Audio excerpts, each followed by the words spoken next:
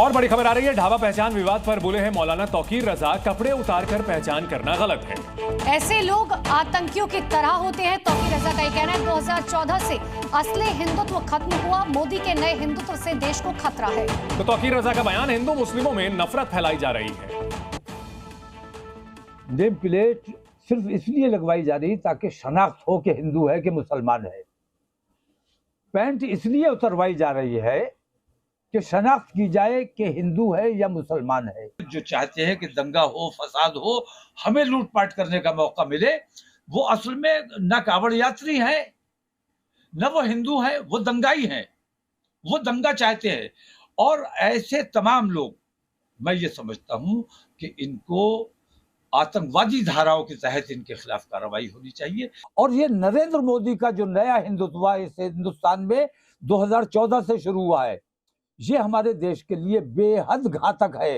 असली हिंदुत्व खत्म हो चुका है और ये 2014 से नरेंद्र मोदी ने नया हिंदुत्व शुरू किया है। हिंदू और मुसलमान के नाम पर अगर अन्याय किया जाएगा तो इसके परिणाम अच्छे नहीं होंगे।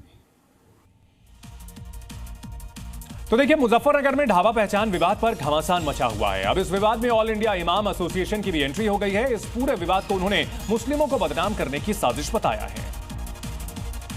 कहीं न कहीं इस ढाबे के नाम को लेकर मुसलमानों को बदनाम करने की नापाक साजिश हो रही है।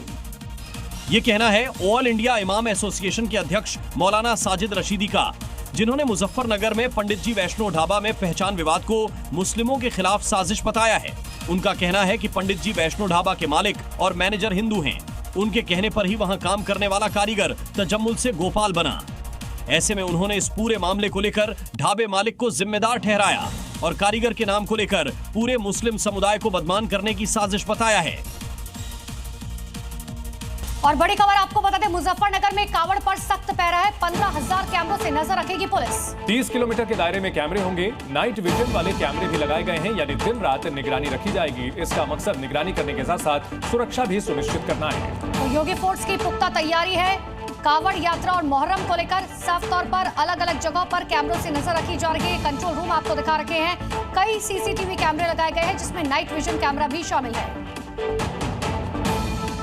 तो कावड़ यात्रा को लेकर पूरी तैयारी देखने को मिल रही है।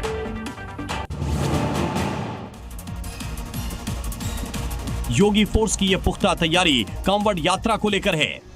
मुजफ्फरनगर में कांवड़ पथ के चप्पे चप्पे पर तीसरी आंख निगरानी रखेगी। पूरे कांवड़ रूट पर करीब 15,000 कैमरे लगाए गए हैं, जो 30 किलोमीटर के दायरे को कवर करेंगे। कांवड़ रूट पर आपको जगह जगह पर हाईटेक कैमरे मिलेंगे। सीसीटीवी के साथ ANPR कैमरे लगाए गए हैं, जो गाड़ियों की नंबर प्लेट को जांचते हैं और कुछ भी संदिग्ध होने पर अलर्ट देते हैं। वहीं कई जगह नाइट विजन वाले कैमरे भी लगाए गए हैं। फिक्स्ड कैमरेज भी हैं, लॉन्ग रीच कैमरेज भी हैं, जूम कर जो है नंबर प्लेट रीडर कैमरेज भी हैं, हाईली सोफिस्टिकेटेड कैमरे भी लगाए गए हैं। और आइए मॉर्निंग जी में आपको दिखाते हैं राजधानी दिल्ली से जुड़ी हुई 5 बड़ी खबरें। दिल्ली में प्रदूषण की समस्या को देखते हुए रेखा सरकार एक्शन मोड में दिखाई दे रही है। इसी दौरान दिल्ली में बड़े स्तर पर पौधारोपण की मुहिम को शुरू किया गया। इसी को लेकर भारत मंडपम में वन महोत्सव का शुभारंभ किया गया। इसके तहत दिल्ली में 70 लाख पौधे लगाए जाने का लक्ष्य रखा गया। सीएम रेखा गुप्ता ने भी दिल्ली के लोगों से एक एक पौधा लगाने की अपील की है। दिल्ली में आम आदमी पार्टी सरकार में मंत्री रहे सत्येंद्र जैन एक बार फिर फंसते दिख रहे हैं, जिससे उनकी परेशानियां और भी बढ़ सकती हैं। वहीं सत्येंद्र जैन ने आरोपों को बेबुनियाद बताया और बीजेपी पर आरोप लगाया कि दिल्ली में बीजेपी खुद कोई काम नहीं कर रही और ईडी के जरिए विपक्ष को टारगेट किया जा रहा है। दिल्ली में रेखा फोर्स अपराधियों पर लगातार लगाम लगाने की कोशिश में जुटी हुई है। गुरुवार को क्राइम ब्रांच ने 24 घंटे के अंदर हत्या के प्रयास मामले में 2 शातिर बदमाशों को गिरफ्तार कर जेल की सलाखों के पीछे पहुंचा दिया। ये दोनों बदमाश राज पार्क इलाके में हुए मर्डर मामले में आरोपी हैं। दिल्ली में अवैध अतिक्रमण पर रेखा सरकार का बुलडोजर जमकर गरज रहा है। लोनी रोड पर अतिक्रमण हटाने के लिए जैसे ही एमसीडी का बुलडोजर पहुंचा, दुकानदारों के बीच हड़कंप का माहौल देखने को मिला। एमसीडी की टीम ने कई दुकानों के सामने से अतिक्रमण को हटाया। इस दौरान विरोध को देखते हुए पुलिस प्रशासन की भी तैनाती की गई थी। दिल्ली में बिजली विभाग ने बिजली बिलों का बकाया वसूल करने को लेकर अभियान तेज कर दिया। जानकारी के मुताबिक सरकारी विभागों में बिजली विभाग का करीबन 15 करोड़ रुपए बकाया बताया जा रहा है। इसी को लेकर अब बिजली विभाग सख्त एक्शन मोड में दिख रहा है। इसी को लेकर सरकार की तरफ से ब्याज माफी योजना भी चलाई जा रही है। और मॉर्निंग जी में बड़ी खबर आ रही है मुजफ्फरनगर से, जहां पुलिस ने मार्च निकाला है। डीएम और एसपी की अगुवाई में यह मार्च निकाला गया। देखिए, कांवड़ रूट का बकायदा पुलिस ने जायजा लिया है। कंट्रोल रूम में अधिकारियों की पड़ताल की तस्वीरें सामने आई हैं, लेकिन इन सब के बीच में पुलिस ने यह फ्लैग मार्च निकाला है। डीएम और एसपी की अगुवाई में यह फ्लैग मार्च किया गया।